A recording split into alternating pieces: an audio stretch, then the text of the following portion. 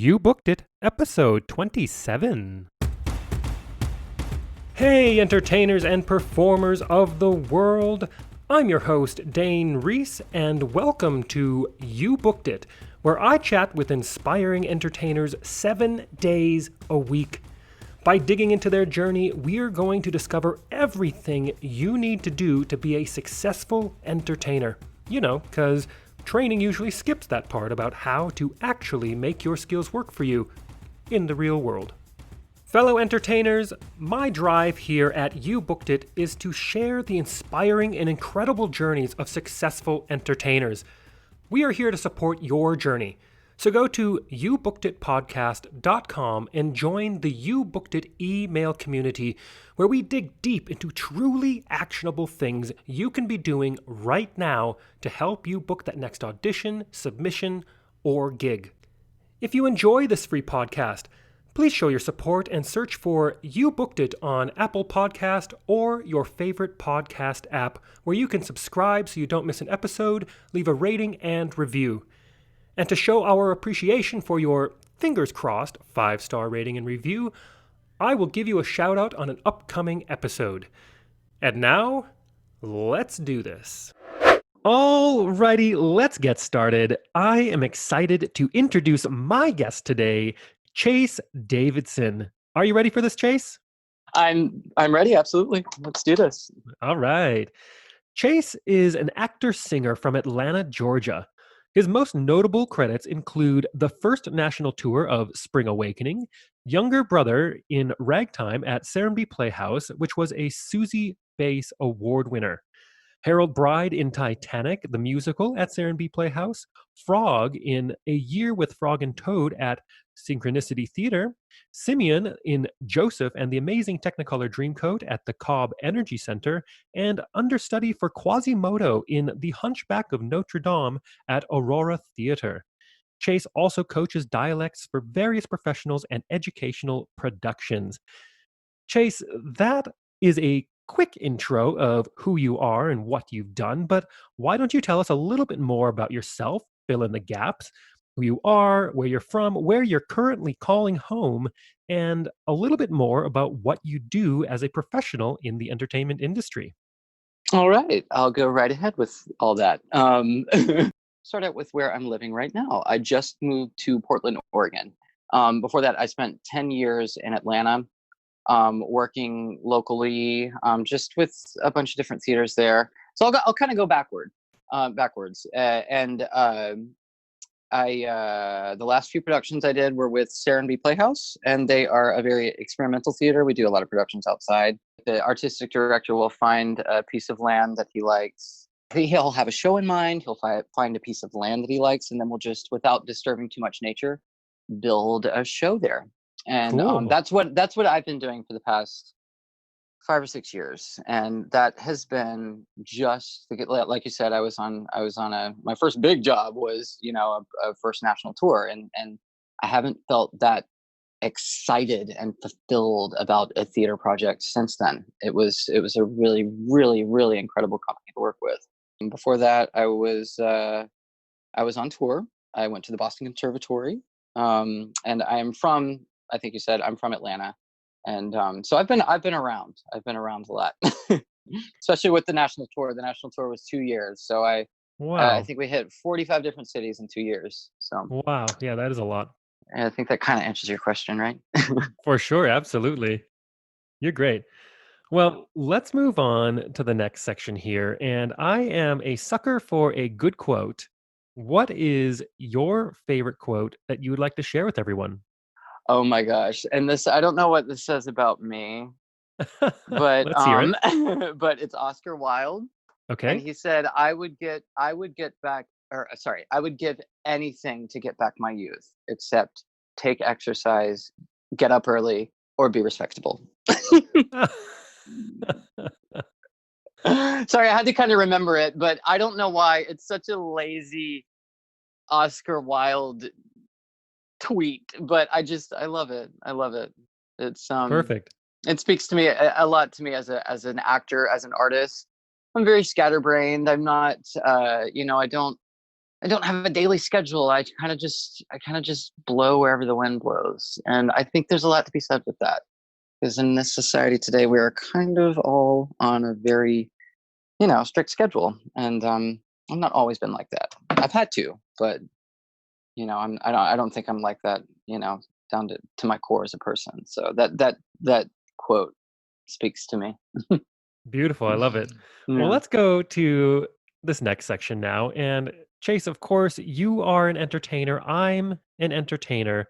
And I think you'd agree the Hmm. entertainment industry is one of the most subjective, brutally Yeah. honest, personally emotional industries in existence. And you, of course, know as well as I that in order to create and have a successful career in this industry takes a lot of dedication and hard work. And while, of course, yeah, there's a lot of excitement and fun being an entertainer, there are also our fair share of obstacles and challenges and failures that we Hmm. have to experience and we're going to experience and we're going to have to move forward through if we want to continue doing this. So Hmm. tell us, what is one key challenge, obstacle, or failure you've experienced in your career, and how did you come out the other side better because of it? This is going to be a really cut and dry answer, just because of the way I was raised. Great. Therapy, like going to therapy.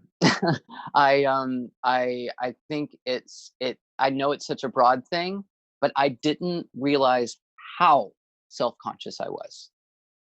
I know everyone struggles with image, with self-esteem, with confidence on stage, and I know we all hit that kind of um anxious moment, after the excitement of theater, after the excitement of high school theater kind of dissipates.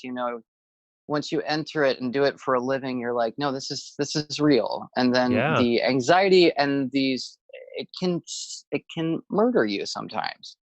Renee Fleming, a very famous opera singer, writes that in her book. She said around her mid to late 20s, she just stood in the wings and was almost crippled by anxiety, and she had done it for years. And she's one of my favorite voices in the world. Yeah, And it's absolutely. just, and that's, I wish I had, I come from a Southern family. Mental health wasn't as recognized as it should have been. And I think I could have, you got to tackle that before you tackle anything. I think you got to tackle your mental health. And I think there's so much to be said for that. And Absolutely. yeah, I know that's a weird answer, but that's really what it was. It was my mental health that I had to really keep in check before I could move further as an artist. Absolutely. And Hmm. I would say in the last, gosh, maybe 2 to 3 years, the whole subject of mental health and Has personal development has blown up, and and it's that's really the only reason why I sought help, because it's been more accepted in society, and that's yeah, why. Yeah, it's a really great time to be alive. of course, and it's hard to talk about these things, but you realize that we all pretty much experience a lot of the same emotions, and there's the Yeah. only way we can really get beyond things is to talk about the things and to Oh yeah, share these we things. we all experience the same emotions. It's just like so many things have happened to us each individually that we're just in different places at any given time. And that's what I couldn't figure out for the longest time, was why is this person so mean to me? Why is this person so nice to me? Why am I so mad at this person? Why does this does that make sense?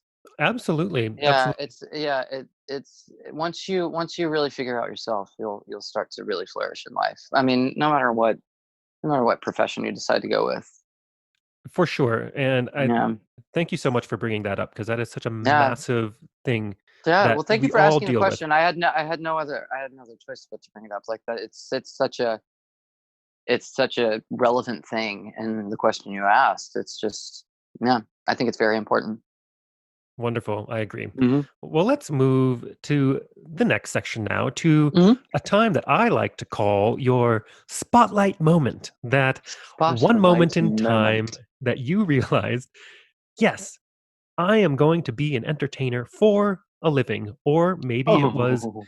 yes, this is what I need to be doing as an entertainer. Tell us about that. That's a really interesting question. That's kind of the question that plagues a lot of us, like, every day. Like, why are we doing this? You know? Yeah, because some days are Um, easy and some are certainly some are not. not. Yeah. I'm just trying to think of when it clicked for me because it's always been ingrained. Like, I grew up with my grandmother was this course teacher. My dad was a rock star, not a rock star, but he loved rock and roll growing up and did it through college and had a little rock band. And he has a really good ear. That's the more relevant thing.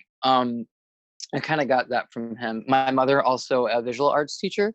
So I've grown up just around it all. My grandmother studied opera. She um she was invited to the Cincinnati Conservatory on a full scholarship, but she didn't get to go because her father had a heart attack, and it's just not, it just wasn't easy.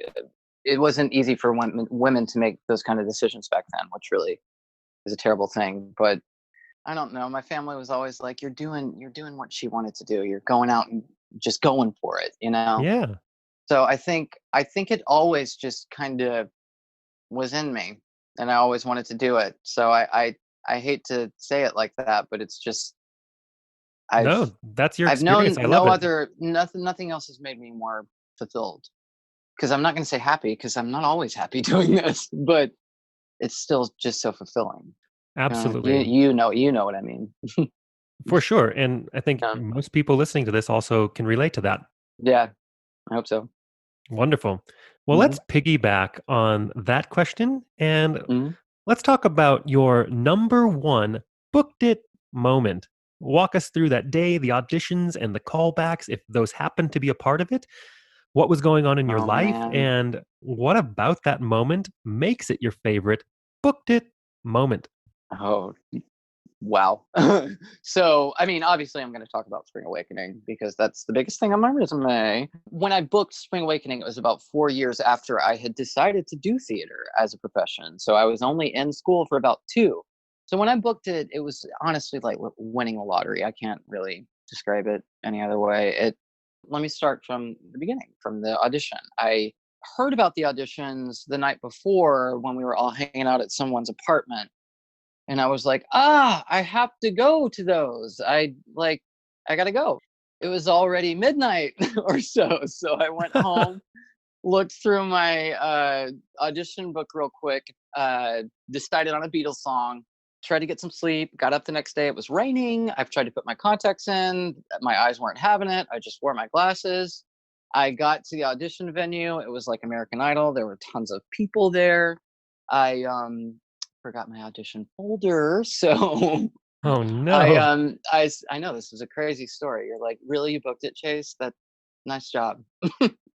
What I'm trying to say is that I guess I was a mess by the time I got to the audition. Yeah, but I didn't have a song ready. My eyes were bloodshot. So I borrowed my friend's book. He had Hey Jude in his book, and I was like, I know that song by the back of my hand. So I sang it. They wanted me to come back the next day. So I came back the next day, sang through a lot of the Spring Awakening pieces because I was familiar with it.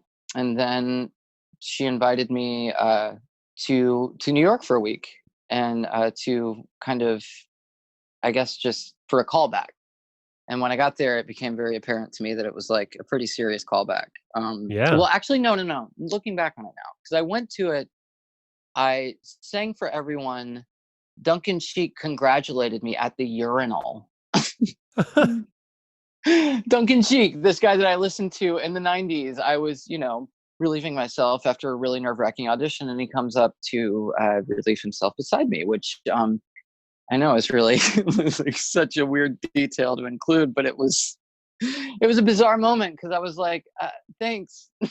Yeah. Yeah, yeah. He congratulated me on my audition there at the urinal. But I had a really great time at the audition, meeting everyone. It was the creative team, like my Tom Hulse, Michael Mayer, Duncan Sheik, just all the producers. I probably didn't really even know where I was when I probably didn't even know the gravity of the situation, is what I'm trying to say. Is that it all happened so quickly that I just kind of sang, did the best audition I could. Then the monitor was like, "Thanks, that's all we need from you." And that "thanks, that's all we need from you" was just kind of I don't know. I thought that was it for me. When Right. she said, "That's all we need from you," I took the bus home, the Fanghua, from Chinatown to Boston, and the whole way home, I was just like, "Cool, that was a waste of time." Because I'm very hard on myself. I'm very hard on myself. I'm working on that. But the next day, it was so beautiful, and we were all hanging out in the quad, or out in the fens area, and I got a call. The whole bus ride home, I thought that I didn't get it. I was like, you know what? I tried my best. I tried my best, and I was just myself.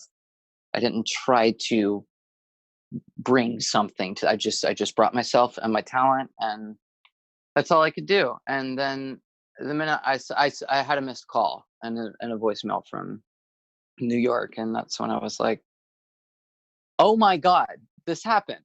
This Oh, actually happened. yeah. And I checked the voicemail, and I was about to go into a jazz class, and everyone's like, "Nuh-uh, no, no." And yeah, it was a voicemail that was Carrie. Her name was Carrie. She said, "Hey, Chase, this is Carrie with the Roundabout Theater Company. Just give me a call when you can." That was it. Super That was casual and almost yeah, yeah. coded. Yeah, coded. It really was. But I mean, then I was what, 20? It was surreal. It was very surreal. That's great, and I love that you talked about how when you went to that audition, you just said, "This is me, not trying to be anything, prove anything, Mhm. just bringing what I got." Well, and it's really because that was a long time ago. So I kind of want to get back to that because over the years and working in this industry, you can kind of lose some of that innocence and some of that, like, I'm just me. I don't care about being me. I'm me, or like I care about being me. I don't care what you think. And Yeah, that's a hard thing to do with casting directors, because it's like you do have to care what they think, of but course. to be okay with who you are, which again ties in with the mental health thing. Let's talk about the present for a little bit. Yeah, What are you working on now? What are you looking forward to? And of course, we're amidst this wild global pandemic. yeah. How do you see the entertainment industry moving forward in the next couple of years? Hmm. That's a really interesting question, especially the last part. I don't know. Fair. Of course, seeing TV and film, or yeah, TV and film obviously aren't going to take too many hits, but theater is, it's I don't know. I don't know. As the virus kind of eases back and everyone can kind of go outside again, I'm thinking that experimental theater is you're going to see a rise in experimental um theater, whether it's like trying to incorporate some social distancing, or taking it outside like Serenbe has done. I think you're going to see a lot of like really interesting experimental outside, maybe, you know, touring type productions. So what I'm looking forward to, well, like I said, I just moved to Portland, Oregon, so I knowingly put myself in a new community that I don't know anything about. And I'm very, very excited to kind of explore it, to introduce myself to people. I do have connections. I have a lot of friends out here. But and I also have things that I can't talk too much about, but some things that might come into fruition as time goes on. But again, it's all going to depend on what happens in the world and with the pandemic. Yeah, for So sure. It's a So we'll weird see. time. It's a weird, weird time. So yeah, it's hard to talk about things we look forward to, unfortunately, because a lot of things that people were looking forward to got canceled. All right. Well, it is time to move into one of my favorite sections in the interview. I call it the Grease Lightning round. Grease lightning. Yeah, I am going to ask you a handful of questions. I want you to answer them as quickly and concisely as possible, one after another. Are you ready? Yes, I'm ready. Okay, first question. What was the one thing holding you back from committing to a career as an entertainer? My self-image. Second question. What was the best piece of advice you have ever received? You should. Okay, it was a compliment, and it was. Can it? Does it have to be one word, or can I explain it? You can explain away. Okay, sorry. Someone was trying to say that I did a good job. I didn't really do a good job, but I could have done a good job. And the way he complimented me was he said, "Wow, you should be so confident." And it was a compliment, but he was trying to figure out how to compliment me. And he was right, because throughout that entire performance, it was being dominated by me second guessing myself and me just completely like obsessed with my moment to moment rather than living in the moment. Does that make sense? Absolutely. Yeah. Absolutely. And the third question, what is something that is working for you now? Or if you'd like to go pre COVID, what was working for you before our industry went on pause? Therapy. Sorry, I know it's so cut and dry, but therapy, therapy, therapy, therapy. The more I know myself, the more I am better at this, Absolutely. which is very Undeniably. subjective. But yeah, I can't stress that enough. Yeah. Working Knowing on knowing yourself, knowing yourself. for sure. Whoever that is, you Exactly. figure that out. Don't let other people figure that out for you. Please figure that out yourself. Yes. Super sound advice. Yeah. And the fourth question, what is the best resource, whether that is a book, a movie, a YouTube video, a podcast, a piece of technology that you found is helping your career right now? YouTube, but YouTube itself. YouTube. I mean, there's like I can't tell you how many vocal techniques I've studied on YouTube, how many scenes I've studied on YouTube, how many dialects I study and that I refer people to study, and like I've had referred to me from teachers on YouTube. I'm just saying it's just such a platform for so many examples of things. Even building this IKEA chest that I'm looking at right now. I couldn't find the instruction manual, and it was all on YouTube. So Of course it is. yeah. So I love YouTube. it. Great. And the fifth Yeah, question, yeah. if you had to start your career from scratch, but you still had all the knowledge and experience you've collected from your career in the industry, what would you do or not do? Would you do anything differently or would you keep it the same? And that's one of the Grease Lighton questions. Yep. That's not fair. I know That that's a is hard one to like, answer. oh, that's a hard one. Wow. My shoes? I don't know. I don't know. Actually, you know what? Maybe I don't know. Yeah. Again, self-image. Like, don't worry about it too much. My problem my whole time was constant self-doubt, Yep, and so every question. I'm sorry, Dane, is always going to go back to that. Get out of your way. Get out of your way. And see, so many people said that throughout training and throughout the industry. Working in the industry, but you'd never really know what it means until you figure it out yourself. Get out of your way. for sure. And it's hard to, there's so many things that are attached to someone saying, get out of your way, or even yourself Yeah. telling yourself, get out of your own way, Yeah. because Yeah. it's much more complex Then than just the get out of words. your And way. you Yeah. really have Yeah. to, yes, you have to work on you and really be introspective about why you are who you are. Yeah. So I think where that killed me the most was just in auditions. Because in rehearsals in class in an educational setting, it's different. It's nurturing. It's what have you. But in an audition, there's not an audience there about to watch you perform. There's an audience of people sitting behind a desk with maybe a computer in front of their face that are doing a job that have been there all day. So you can't think of all that when you go into the audition, but that's the reality of the situation. For sure. So you cannot go in like you think you should go in. You gotta just walk into the room. And I was too nervous. I was eaten up by anxiety before auditions, and that's not the way you do it. That is not the way you do it. You have to, and that's where therapy has come into play. It's you gotta be comfortable with yourself and just walk into the room. Hey, how's it going? Absolutely. Well, the last question, What is the golden nugget knowledge drop you have learned from your successful career in the industry that you would like to leave with all our listeners? Okay, you know what? I think it was just when the adult woman in Spring Awakening. The 2 years on tour was like my junior and senior year of college, and that like I was still learning some things about the business, about not only the business but the craft.